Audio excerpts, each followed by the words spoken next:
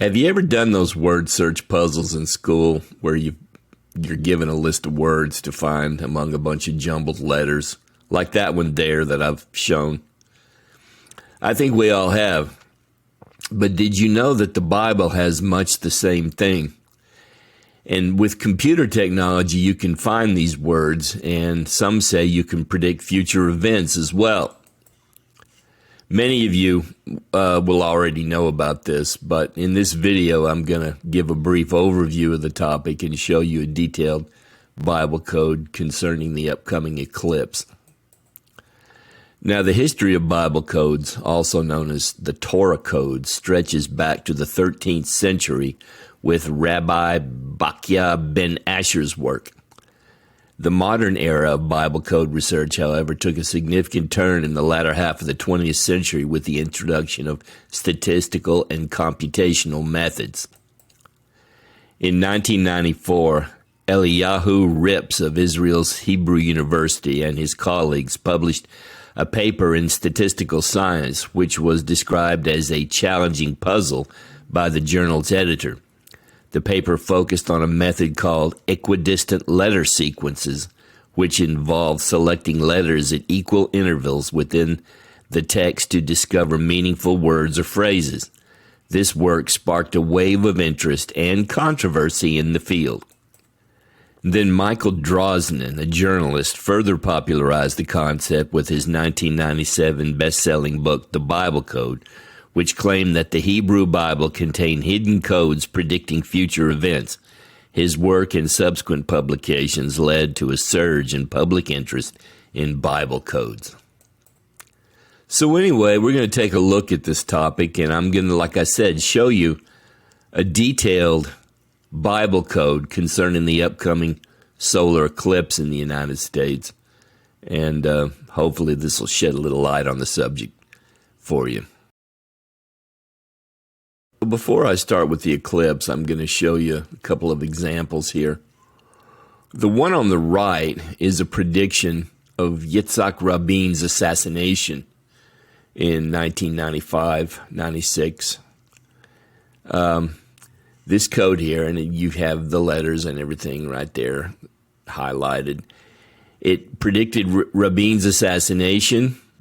It gave the name of the fella who did it. It gave the year, and it gave the city where it would occur.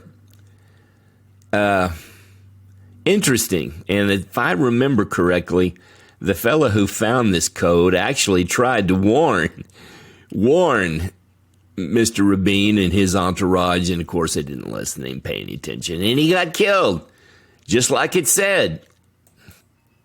And this one on the left is about the World Trade Center attack. And as you can see there, it says Twin Towers there. It says terror attack there. It even says Bin Laden, thousands of people who wailed, murders. And anyway, that seemed to obviously foretell the Twin Tower attack. I mean, I don't see how in the world you could see it any differently. But, of course, there are detractors that say that that's all just accident. And we'll talk about that, too, at the end. But as you can see, this on the surface appears to have some validity.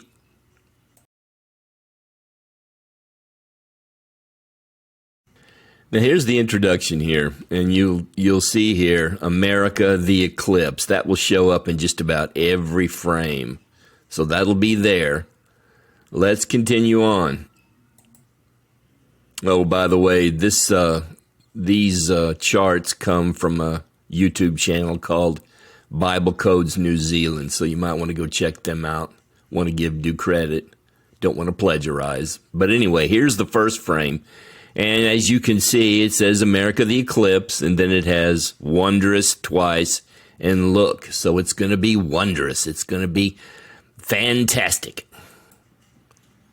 In the next one, you see the year, 2024. The month, April, look, and then once again, America, the eclipse. Now it starts to get juicier here. You have the wondrous, you have the April 2024. America the eclipse, but then also it has in 5 places the word sign.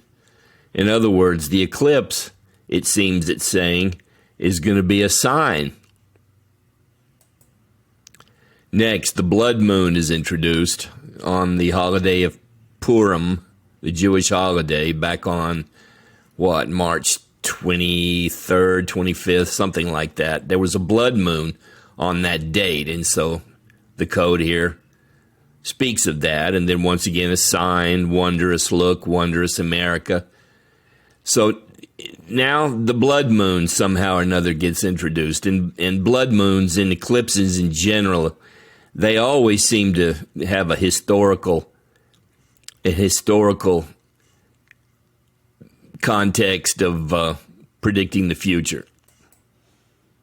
And next, a new word is introduced, warning. You have a sign. In 3 places it says warning, April, and then America the eclipse. So it's getting a little more specific about what it seems to be saying. Now, Iran's introduced, and you have Iran there 5 times, and the word Islam. So it would seem to indicate that Iran is going to be a player in what's about to happen, assuming anything happens. Then the word Obama shows up 5 times. So apparently the former president, some would say the current president, is going to have something to do with it, whatever it is. Next, you have a jumble of names here. There's Obama, Biden, Kamala. Obama, once again, is 5 times. Hillary's in there. So it's bringing in the names of maybe some of the participants, the principals involved, possibly. Now it shifts focus. It brings in the word quake and Madrid. Now, Madrid is, in the United States, there's a New Madrid earthquake fault in the Midwest. And then you have the word quake appear, which seems to portend possibly an earthquake along the New Madrid fault. And in the next one, you have quake appear 3 more times, Madrid appear again once, and then, of course, America the eclipse. Then next, you have the word war show up 3 times. And now you get some more countries involved. You have China and Iran. Iran is listed 4 times. China is listed 5 times. And then now you have Russia introduced. It says Russian, and that's 4 times. Now I think we're probably back to the earthquake. There's Madrid again, and the word Ohio is 1, 2, 3, 4, 5, 6, 7, 8 times. Now, Ohio is on the periphery of this earthquake fault. It's not squarely in the middle of it, but it's on the periphery of it. And then it has the word Nineveh. Now, Nineveh was the city to which Jonah was assigned to prophesy. God was going to destroy Nineveh, and he told Jonah to go prophesy and try to get those people to repent. Pardon me. And then, of course, Jonah didn't want to. He wanted to see him get killed. So he tried to run away, and that's, of course, when he wound up in the belly of the fish and got out. And then finally, he did go to Nineveh, and he prophesied, and he told all those people they had 40 days to repent, or God was going to lower the boom on them. And, of course, they did repent, and God didn't lower the boom on them. But that's Nineveh. And now for the last one, we have Nineveh again. And then there it is, 40 days. And then here's a map of the New Madrid fault. The red there is the epicenter of the fault, the New Madrid seismic zone. And it travels, along the horizontal path of the country up to into Ohio. And then you'll also notice the last 2 solar eclipses we've had, that we will have had, cross directly over the epicenter of the New Madrid fault. I don't know if that means anything. Might not. Maybe just coincidence. Sometimes things really are just coincidence. So apparently we have a prediction that we've got 40 days from the time of this eclipse before God's going to lower the boom on us. And it predicts a war, and it predicts a huge earthquake. Now, who knows? We're going to get to see, because it hadn't happened yet. The methodology and claims of Bible code researchers have been met with skepticism and criticism from the scientific and religious communities. Statistical and mathematical critiques have questioned the validity and significance of the codes, arguing that the methods used could also find similar patterns in any sufficiently large text. And that part's true. You can do this thing in any book. There's one guy did it with Moby Dick. I had a program that would do it with an English version of the Bible once, and it worked there too. Despite these controversies, Bible code research continues to be a subject of fascination and debate, with proponents arguing that the codes offer empirical evidence of divine authorship and prophetic messages, while critics view them as the statistical anomalies or distraction from the spiritual and theological aspects of the Bible. The study of Bible codes has not been limited to the Hebrew Bible, with similar methods applied to other religious texts, including the Quran, Hindu Vedas, and more.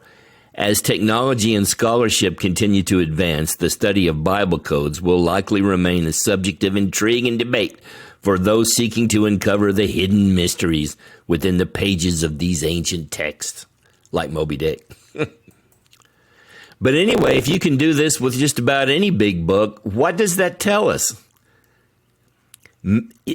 Maybe the universe has an orderly system, and maybe statistically you can tap into it using just about any book. You think maybe?